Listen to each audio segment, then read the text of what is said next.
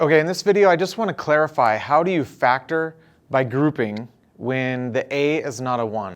So in other words, when the coefficient in front of the x squared is not a 1. So just go over, factor by grouping is a method that works for all types of factoring. So I just want to show how that works when the a is not a 1. All right, so I've got this example. The a in this case is a 2. So what I'd like to do is split this middle piece into 2 different pieces. So that way there ends up being 4 pieces. And then I can group the first 2, group the last 2 like we're used to with factor by grouping.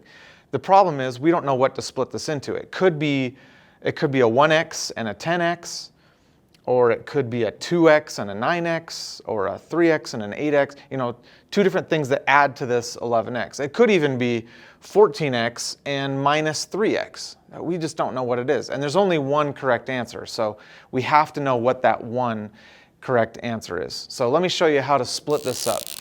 What we're going to do is multiply the a times the c. So 2 times 12 is 24. And then we take this middle number and put it here on the bottom. We need to try and think of 2 numbers, so a number here and a number here, that multiply to get this top number. So they have to multiply to get the top, but add to get this bottom. So the number that's popping in my head is 3 times 8. 3 times 8 is 24, but 3 plus 8 is 11. So that tells me, so let's write that down real quick, 3 and 8. Those are my 2 numbers that I need to split this middle piece into. So I'm going to rewrite this. So we've got 2x squared plus, and it doesn't matter which one's first. I usually write the smaller one. If there was one of these that was negative, I would do that one first. That's just my habit. So 3x plus 8x plus 12. Notice that these both have to have x's on them. I can't just do a plus 3 and a plus 8 because it has to split this middle piece into 2 pieces, and they have x's on them. So it has to be 3x plus 8x. That way they add to 11x. Now I can group it like I'm used to. Take out what they have in common. Take out what they have in common. Now remember, the parentheses have to be the same. If they are the same, that gives me a little bit of confidence. So I'm looking at it like, okay, good. That tells me I am doing this correctly. If these were different, I'd have to go back. Maybe I forgot to take out the right number or something. All right, so now they both have the parenthesis 2x plus 3 in common. And I have an x and a plus 4 left over. And there we go. I just factored this by grouping. When I didn't have 4 pieces, I had to split this into 2 separate chunks. You follow that okay? Let's try another one.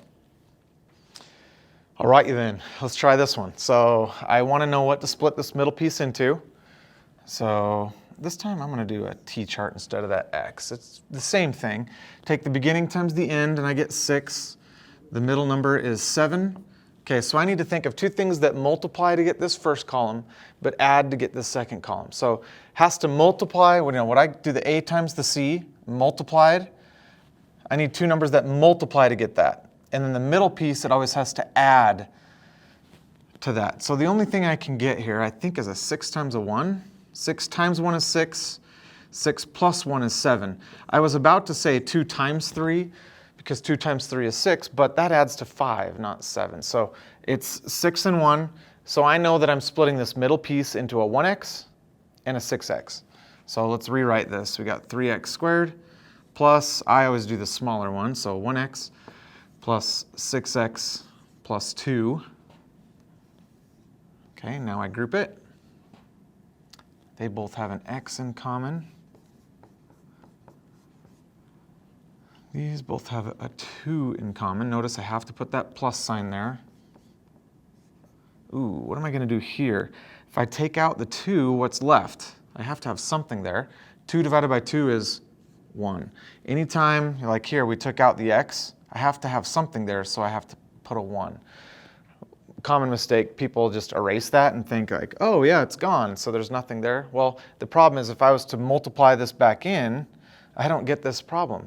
X times 3x is 3x squared, but there's nothing here to multiply by to get that. You have to have that 1. Okay, now they both have 3x plus 1 in common. If I were to factor that out, what's left?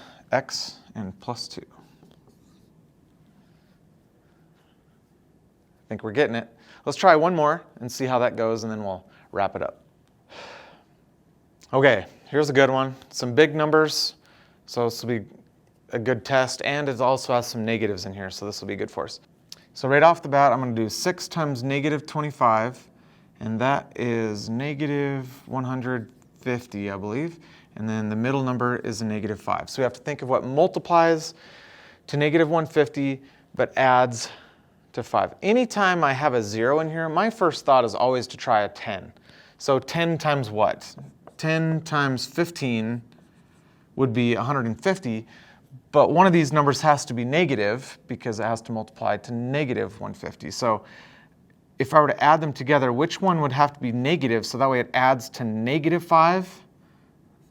The 15 is going to have to be negative. So now I'm going to take this and split the middle piece into a negative 15x and a positive 10x. My strategy is always to put the negative one first if there is one. So 6x squared minus 15x plus 10x minus 25.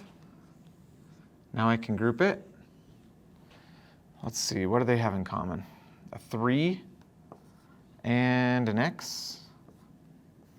So if I divide that out, I get 2x minus 5. Took the x out already. Now I go to this one. They both have a 5 in common. So that would leave me with 2x minus 5. Just a quick check. This first thing, if it's ever negative, you always have to take out a negative. In this case, it was positive. But what if I would have put the positive 10x here and the minus 15x over here? I would have to take out a negative 5 here, or that would have gotten messed up. So be careful of that. All right, now parentheses are the same. Good, so that gives me some confidence. Take out the parentheses. We got 2x minus 5, and that leaves me with 3x plus 5. And there we go. Okay.